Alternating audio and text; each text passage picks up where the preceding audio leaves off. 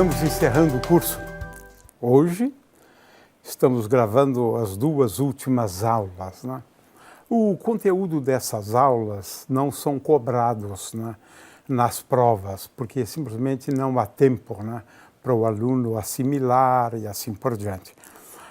Para preparar o aluno para as provas, nós estamos gravando algumas aulas de exercícios envolvendo os conteúdos das aulas 1 até a aula 6. Decidimos, então, nessas duas aulas restantes, né, falar da propagação de ondas em fluidos. E nós dividimos esse tema em dois tipos de fluidos, de forma que há de ser uma discussão bastante qualitativa, né? Muito pouco quantitativa, né? Então aproveitamos para falar aí sobre ondas, né, de uma maneira geral e ondas em fluidos, né? Que ondas se propagam em fluidos? Quais são as suas características, né? De forma que há de ser duas aulas relativamente curtas, né? Na primeira nós vamos discutir então, na aula 13, ondas em gases. E aqui o mais importante, na verdade, o fluido mais importante nesse contexto é o ar, a atmosfera terrestre, né? O fato que esse é um gás importantíssimo para todos nós, né? Ondas são muito importantes nas nossas vidas, né?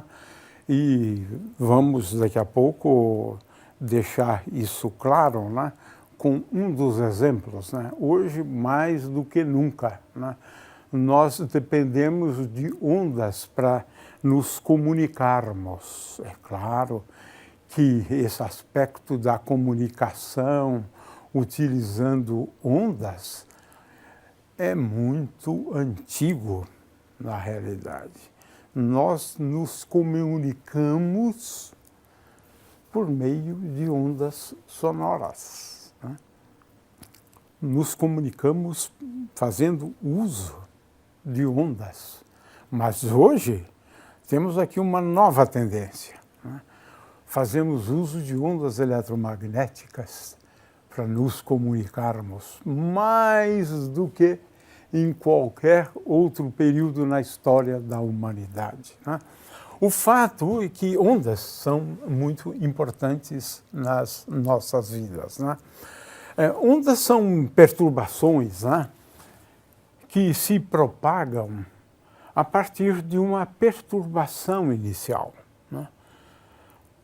Um pingo de água caindo na superfície de um lago ou de água num copo gera ondas, né?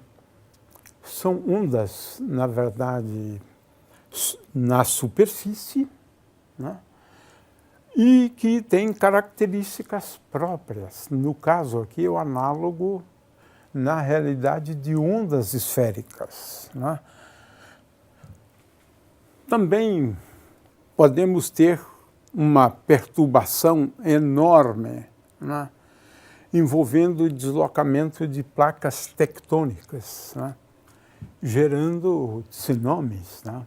Então é um outro exemplo de perturbação que se propaga. Ela tem uma origem e que se propaga, né?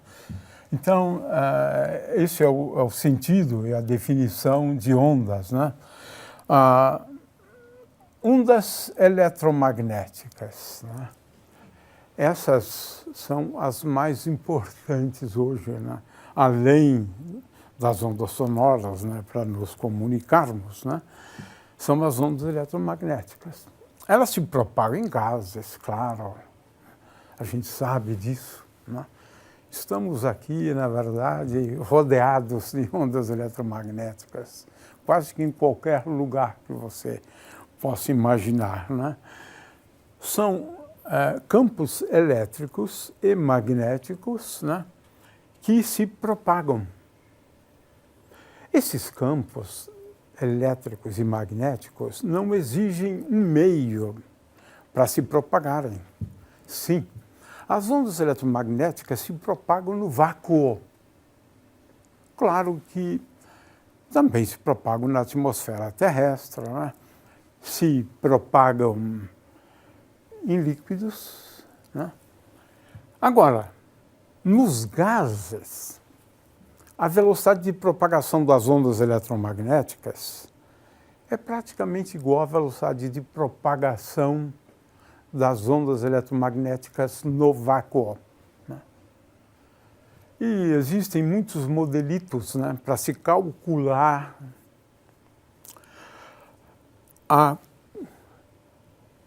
o índice de refração, né, de um meio, porque na realidade a velocidade da luz no meio depende do índice de refração. Mas ele realmente varia muito pouco em relação à velocidade da luz no vácuo, ou seja, difere muito pouco de o índice de refração de gases, né, de uma maneira geral. Eu imagino que no eletromagnetismo se possa explicar melhor e calcular melhor, né, o índice de refração quando uma onda eletromagnética se propaga num fluido, especialmente, por exemplo, num gás qualquer, né? O fato é que, é claro, que isso envolve características envolvendo os constituintes, né, do gás, claro, né? Ora, ondas importantíssimas, né, se propagando em gases, na atmosfera terrestre, no ar, né, são as ondas sonoras. Nós vamos depois falar um pouquinho, de forma que as ondas sonoras, vamos depois fazer uma estimativa, né, da velocidade de propagação das ondas sonoras no ar, por exemplo, né? Podemos fazer também em relação à água e assim por diante. O som são ondas importantíssimas e às vezes a gente classifica os sons em sons harmônicos, né, e ruídos. Agora que vocês já tiveram a disciplina de física matemática nas suas primeiras aulas, né, abordamos a questão de séries de Fourier, né? E é claro que aqui o que nós estamos querendo é decompor, né, um som levando em conta frequências que compõem esse som. Se as frequências forem múltiplas, inteiras, né, de uma frequência fundamental, no caso 200 kHz, né, então nós dizemos que essas ondas são ondas harmônicas, né? Aqui embaixo tem um outro exemplo, né? Eu estou falando da decomposição espectral, né, desse som aqui, ou desse outro som, onde a frequência fundamental agora é 400, né, kHz, né? O fato é que nós gostamos, nos faz bem aos ouvidos esse tipo de onda sonora cuja decomposição espectral tem essa característica. Os sons, né, que compõem, né, este som, ele pode ser decomposto em frequências, né?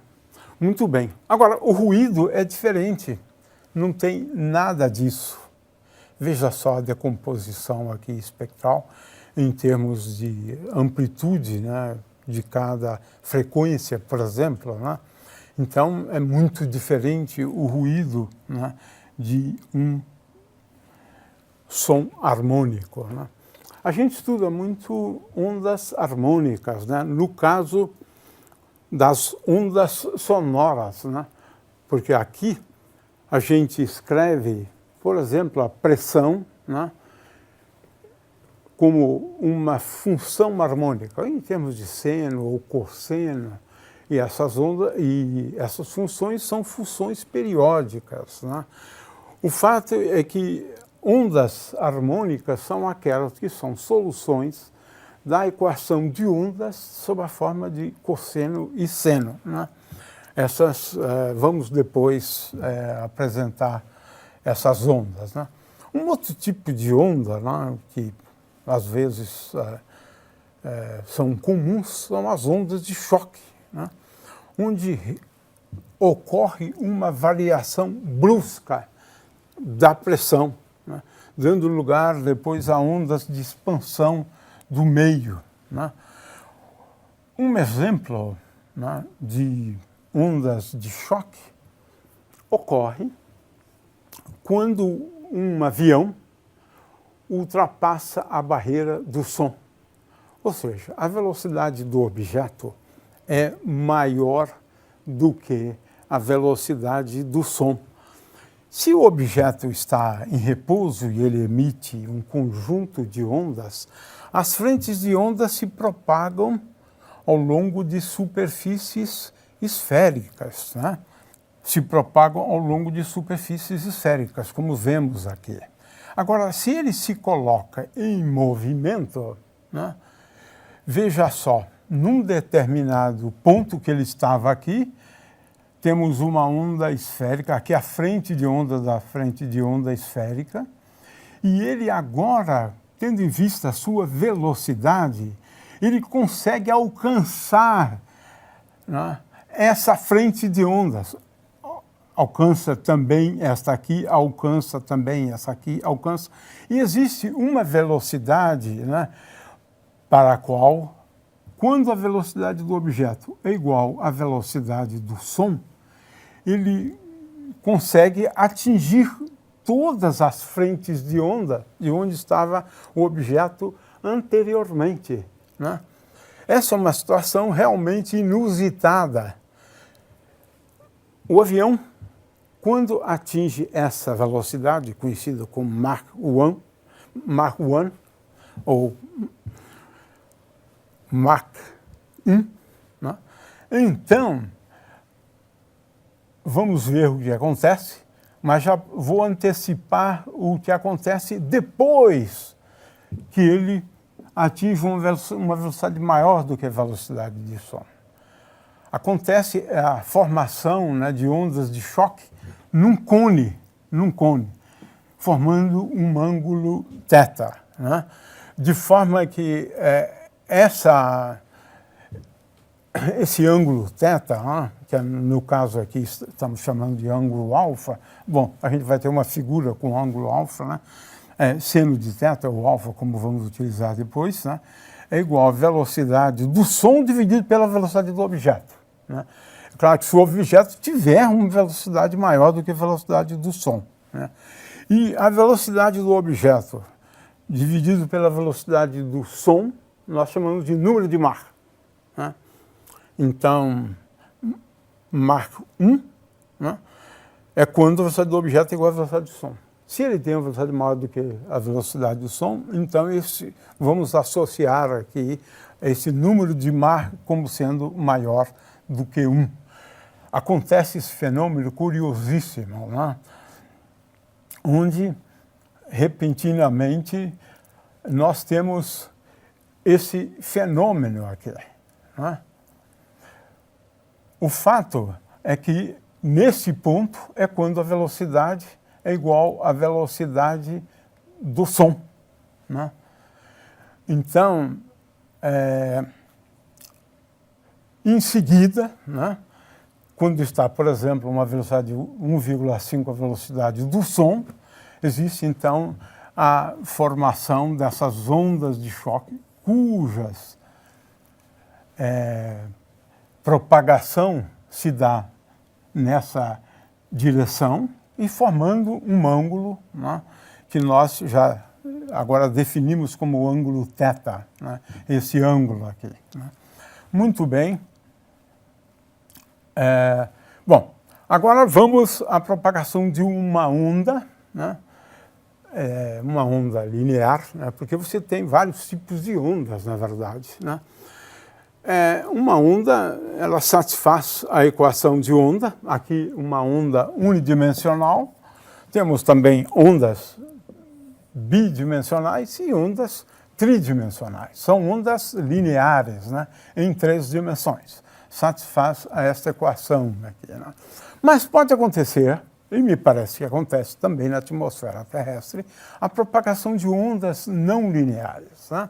A gente vai depois, no caso dos líquidos, porque lá realmente é muito mais fácil a gente entender o conceito de ondas não lineares, mas muitas ondas, como o tsunami, se acredita que sejam realmente ondas não lineares, né? E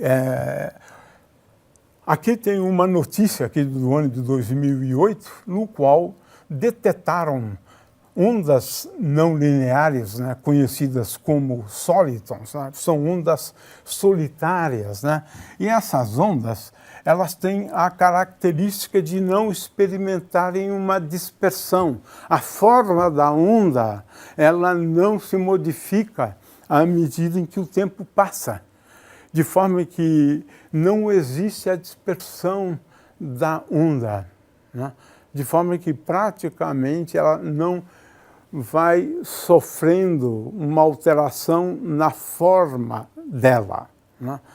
E às vezes ondas solitárias, não lineares, se propagam ao longo de milhares de quilômetros, né?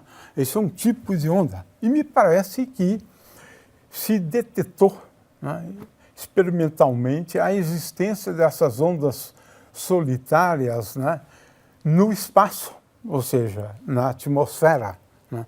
Então mostra aqui algumas fotos dessas ondas da na atmosfera terrestre, ondas solitárias. Então é uma coisa bastante interessante isso. Nós podemos descrever, né, ondas unidimensionais num fluido qualquer, né, associadas à propagação de perturbações na densidade.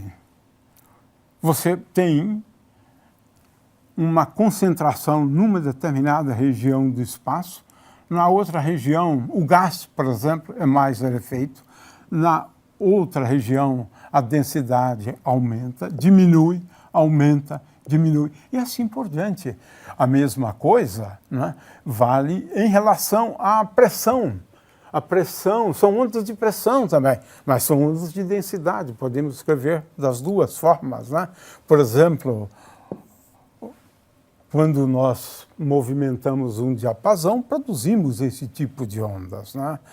É claro que temos aqui, então, trechos onde temos uma compressão e trechos onde nós temos rarefações, né? São essas ondas que são as ondas sonoras. Nós estamos aqui, na verdade, explicando, né, a propagação de ondas sonoras, né? Aqui temos uma outra figura, né, onde temos aqui uma região com uma rarefação, uma outra região cuja a densidade já é maior e assim por diante. Ela aqui está se propagando numa direção só, né? É claro que aqui estamos considerando um tubo transparente, né? É como se esse tubo aqui fosse, na verdade, um tubo transparente, né? Cilíndrico, né? Muito bem. O fato é que essas ondas se propagam, né? E aí devemos estudar o mecanismo de percepção, né? Como os órgãos dos sentidos, né, percebem as ondas, né? Mas isso é um problema mais complexo, né, que pertence ao domínio das neurociências, né? Muito bem, eu não vou fazer essas demonstrações, mas a gente pode, na verdade, deduzir a equação de ondas, né, considerando primeiramente 2 pontos do espaço, x e x mais dx, contidos, na verdade, esses 2 pontos, né, num tubo, como aquele que nós vimos antes, né? Por enquanto, nós não temos aqui um fluido, agora temos o fluido. O fluido é tal que ele se desloca, né, aqui temos o deslocamento a partir, né, dessa coordenada x. E esse deslocamento nós indicamos com S de x, né, associando a coordenada espaço, na verdade. E em x mais dx temos S de x mais delta x. Não vai dar tempo para fazer a demonstração, mas a gente considera a variação de volume, né? E o que é curioso aqui é que a variação de volume ela tem esta expressão aqui, né? Então, se eu dividir essa variação de volume pelo volume inicial, eu tenho esta expressão, que no limite em que ΔX tende a zero, eu tenho que dV sobre V0 é igual a ds dx, né? Então, esse aqui é o ponto, na verdade, de partida, né? E, consequentemente, a gente pode agora escrever que a variação de densidade pode ser dada em função dessa coordenada x, né? O que eu quero chamar a atenção é que a gente vai depois, a gente deduz uma equação para S de x e t, né? Como S, que é o deslocamento, né, do fluido no ponto x e no instante de tempo t, né, nós vamos deduzir a equação para S. O fato é que a gente faz aqui algumas passagens, né, e introduz uma constante, né, importante, é o coeficiente de compressibilidade volumétrica, K é igual a menos 1 sobre V, dV, e usualmente a gente usa mais aqui dV, dP, né? E essa é uma característica do gás, do líquido, e sólido também, né? E sólido também, porque ondas sonoras se propagam em sólidos, né?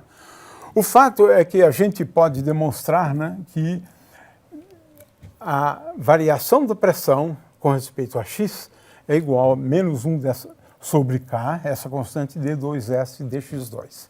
E agora tem questões de dinâmica, a gente considera a força, né, de um lado e a força do outro lado, e a gente acaba concluindo que tanto a pressão, né, quanto o deslocamento satisfazem, né, a uma equação de ondas, e onde aqui o que aparece é esse coeficiente de compressibilidade, né? De forma que agora a gente vai fazer a dinâmica, não é o caso, o aluno pode acompanhar as transparências, né?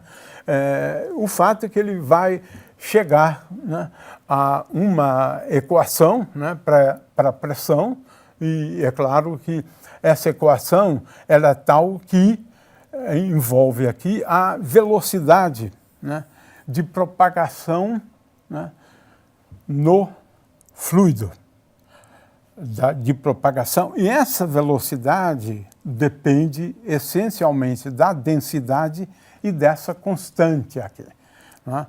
Que também o inverso dela é B, é 1 sobre K, pode ser escrito desta forma aqui, né? De forma que a gente precisa conhecer essa constante, né, para determinar a velocidade. O fato é que, na realidade, como a velocidade envolve a derivada da pressão com respeito a ρ, a gente precisa saber se a gente está calculando essa derivada, mantendo a temperatura constante, ou considerando um processo, aqui um processo isotérmico, ou considerando um processo adiabático. E é diferente a variação em cada caso. Então, sempre houve uma discussão se a gente usa esta como foi utilizada por Newton ou esta aqui, mas essa aqui é aquela que é correta. Utilizando aquela, por Newton, o processo como sendo um processo isotérmico, né? Então nós vamos acabar deduzindo para um gás ideal que a velocidade, né, depende da temperatura, dessa forma, com o quadrado da temperatura. Mas essa temperatura aqui é absoluta. Então, se eu escrever essa temperatura em termos de graus Celsius agora, né, então a gente pode verificar que a velocidade, por exemplo, no ar, né, é igual a uma constante e ela depende linearmente da temperatura. Uma aproximação. E se pode deduzir, então, que a velocidade de propagação das ondas sonoras no ar é dado por 331 metros por segundo, né, mais uma constantezinha e agora depende linearmente do tempo. A gente não vai ter tempo para explorar isso, mas num curso de oscilações e ondas a gente vai ver isso com um pouco mais de cuidado.